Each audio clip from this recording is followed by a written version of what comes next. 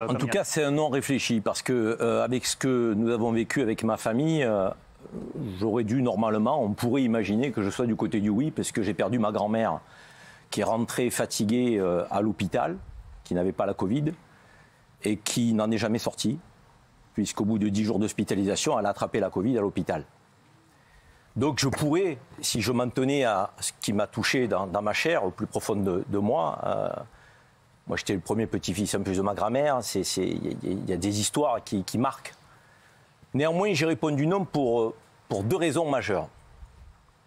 D'abord, une raison philosophique et une raison sanitaire.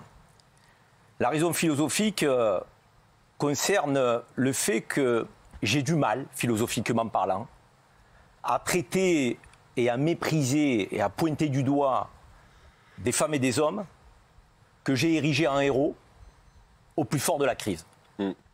J'ai du mal à me dire qu'aujourd'hui, je vais faire partie de ceux qui vont avaliser la perte de salaire de Vanessa et d'autres.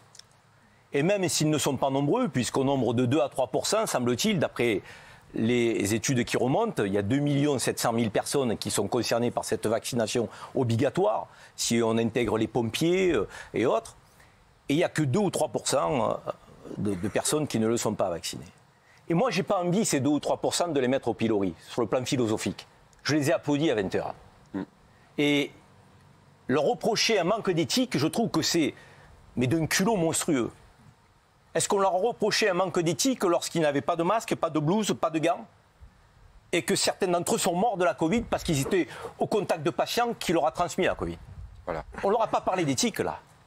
Ils étaient en première ligne, on leur a dit, allez-y, ne vous posez pas de questions. On a besoin de vous, parce que la France est en train de craquer dans tous les sens. Et ils ont été au rendez-vous. Ça, c'est la raison philosophique. Ça, c'est la raison philosophique. Sur le plan sanitaire, si on m'avait assuré qu'étant vacciné, vous ne pouviez pas être contaminé et contaminant, j'aurais pu comprendre cette obligation. Or, aujourd'hui, Vanessa va au travail avec un test PCR négatif. Sa collègue est vaccinée. Elle n'a pas besoin de test PCR négatif. Sa collègue peut être porteuse du virus et le transmettre à un malade vulnérable, alors qu'elle, avec son test PCR négatif, on est certain qu'elle ne l'a pas. Non, on n'est pas certain. Qui est un danger? On n'est pas certain.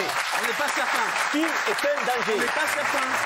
En tout cas, on n'est pas certain. D'accord, non mais s'il vous plaît, allez, je vais aller dans votre sens. On n'est pas certain. Mais je vais aller dans ton sens. Mais je peux répondre, je vais te faire plaisir. On n'est pas certain pour Vanessa. Vous êtes certain pour la personne vaccinée? Non. Encore moins. Vous êtes certain? Dis le plus fort. Non. Parce que là, tu peux le nom, il est fini. Non, mais c'est différent. Donc, j'en termine. Non, mais c'est différent. Ce que je veux dire par là, c'est que philosophiquement, j'ai un problème, mais il n'est pas, comment dirais-je, je n'arrive pas à l'effacer par la raison sanitaire. Parce que la raison sanitaire ne me donne pas suffisamment d'arguments pour dire à Vanessa, tu déconnes. En n'étant pas vacciné, tu peux contaminer quelqu'un comme ma grand-mère. D'accord. Et or, aujourd'hui, je ne peux pas lui dire parce qu'elle va me répondre, mais Karim, ma collègue qui est vaccinée peut contaminer quelqu'un comme ta grand-mère. Je vais lui dire quoi? Non, tu mens. C'est une vérité. Et j'en termine, parce que quand on parle la parole dans cette émission, on la prend une fois, puis après on laisse les autres. Moi, je laisse les autres parler, je ne les coupe pas. J'en termine. J'ai l'impression, et c'est ça qui me fait du mal, monsieur le député, vous devriez être un peu plus modeste. Je vous le dis avec beaucoup d'amitié. J'ai l'impression que ce monde d'après, sur le plan sanitaire, il est peut-être pire que le monde d'avant. Je vais vous dire pourquoi. Avant la crise, on avait un personnel soignant qui défilait, qui avait du mal à être entendu par les pouvoirs publics. On a été frappé au cœur de la crise. Ils ont été présents, même si on ne les avait pas entendus. On se rend compte qu'après la crise, on a moins de lits qu'on en avait avant. On n'a pas plus de personnel en effectif et ils ne sont pas mieux payés. Le monde d'après, il est pire que le monde d'avant. Mais moi, je ne peux pas vous entendre dire ça. Du personnel qui, moi j'en connais du coup, qui sont vaccinés et qui me disent, je n'ai qu'une envie maintenant, avec cette obligation, c'est de m'en aller. Oui. Ça m'a écœurée. Ça m'a écœurée.